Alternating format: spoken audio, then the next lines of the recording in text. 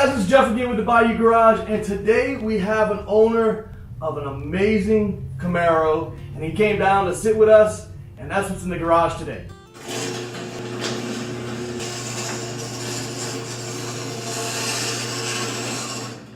My name is Mike Russell. I live here in Lafayette. I've been here since, I've been here now for 10 years So today we got Mike, and he's got, well, you know what? We're just gonna do it the easiest way. I'm gonna have him tell me what he has sitting outside. Folks, I've got a 2018 Camaro ZL1 with the 10-speed automatic sitting out here. The 10-speed. It's a lot of gears to shift. Don't have to shift.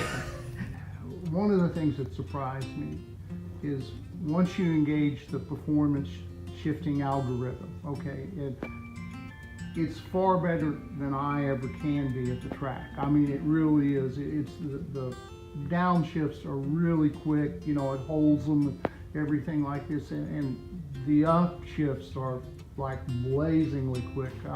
It's an amazing transmission, and that was one of the reasons that I kind of migrated towards this car. That was kind of like the deciding factor.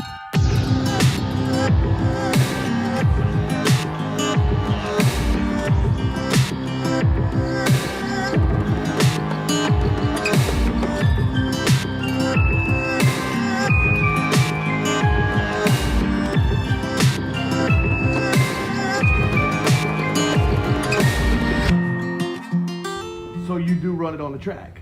I have. And which tracks have you been to? I've been to the NOLA Motorsports, and I've also been to the National Corvette Museum. In the track, there's actually a sinkhole feature, okay? And so, yeah, there was the sinkhole that ate the, seven cars. Seven cars, some of them irreplaceable.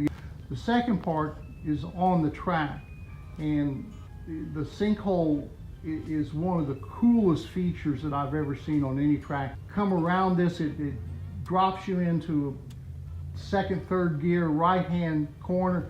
The road drops away in front of you. You have no idea where it is, and you have to pick an aiming point. It's some pucker the first time? Oh yeah. No, let me rephrase. Some pucker every time. Oh really? Yeah. So even after you do it a bunch of times, it's still tense? Well, I'll go ahead and try to find another video and link it up, and it'll be in the link up here, and you can grab that. So what got you into cars? I, for whatever reason, kind of was gravitated towards the TR4s, the TR6s, one of the dream cars that I was lucky enough to own whenever I was younger. I had a Lotus Europa, I had a Saab Sonnet, the only Corvette I ever owned was the 58 Fuelie. I came sort of back into the American fold is whenever Pontiac, this is whenever they were a thing, whenever they did the fourth generation of the F-bodies, and you could get it, the 96, you could get it with the, well, it was actually 95. You could get it with the LT1 or 94. You can get it with the LT1, and the 96, which is the first one I had. I mean, it was producing 285 horsepower, which, okay, that was then. Yeah, that was like, holy smokes. And this big V8, and it rumbled, and you get it with a real 6-speed manual. And I do that every 7-8 years. I get real stupid again and forget why I hated black cars and buy another black car, because they're gorgeous when they're clean. Yes. I mean, I'm telling myself right now, my next car is going to be blue, not black. Yeah, I mean, I don't know if I'll do it though. Black cars are cool. I mean, clean. No car looks as good as a black car for all the 30 minutes that they're clean. And after the pictures are taken, it's dirty. So now my current car color is white, because really white to me shows off the lines and the curves of the car. Now it's with a lot of the carbon fiber, yes. And this is sort of thing like this, you get the great contrast that's with it, so you get your black spoilers and these sorts of things, and splitters, and the carbon fiber on your hood. Well, I've owned a bunch of cars. If I had all the money that I've wasted on automobiles, I could have retired 10 years ago. But it wasn't a waste, because it's part of your life. So I think the story sometimes becomes more than the money. And you have any adventures or something set up for the car yet? I know you've been to a couple of tracks, but you have any future endeavors with it? Right now it's looking like September of 2020. probably thread its way up to Chicago, Illinois, and I'll point it south out of Chicago, through Illinois, through Missouri, through Oklahoma. and Route 66. Route 66, so I'm figuring that's a 5-week endeavor right there. Wow. So that's one of the things that I have planned for the car. I don't know exactly where this is going to fall. I just know it's a Stan's Automotive there. He's a big fan of Barber Motorsports, and I mean, he's a racer, and we're friends, you know, and he's been twisting my arm forever to go there with him. So I know it's going to end up at Barber Motorsports, so that will be a track event there. So, we just haven't said, yes, here's the date. Check the dates, yeah. The ZL1 itself sits on the wide body platform for the Camaro, and that's, you know, because of the tires that's underneath of it. So like an SS, which everything rides on this Alpha platform, okay, all of your new Camaros ride on the Alpha platform, and it's just a fabulous platform. ZL1 rides on the wide body portion of it because of the tires. You have a 305 print on the back and a 285 in the front, okay. Now, the ZL1 1LE, still the same wide body, but they're 19-inch wheels, and they're even wider. They're 325 and 305. So, you know, but they're on 19-inch, you know, so they have, you know, that. The car produces 650 horsepower, 650 pound-feet of torque. They've been officially clocked on the 7-mile circuit in Germany at 202 miles an hour. General Motors certifies the top end at 198.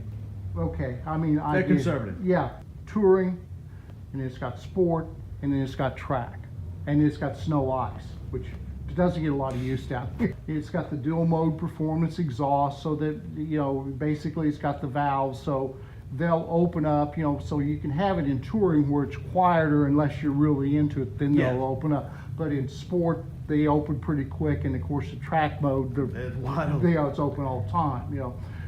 The magnetic ride control, I mean, frankly, General Motors, and it's not me saying this is every car magazine in the world out there says that the magnetic ride control that's on these cars is General Motors does it better than anyone else. So we got one. You know, so, you know, it's got the magnetic ride control. It does have, as I said, the 10-speed automatic. This was co-developed with Ford, but once again, the 10L90, which is the General Motors version that's in this one, is a special piece. They got it right.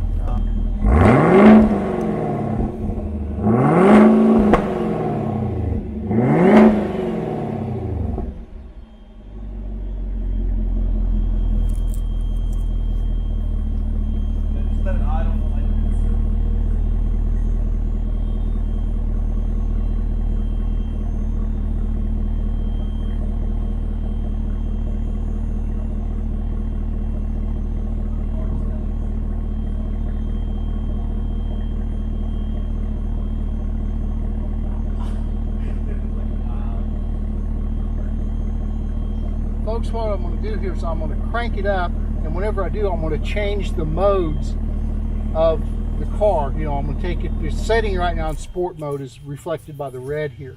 So I'm going to put it in touring, sport, and race mode, and you'll see all the ambient lighting change inside the interior as I do that. Then sport, touring.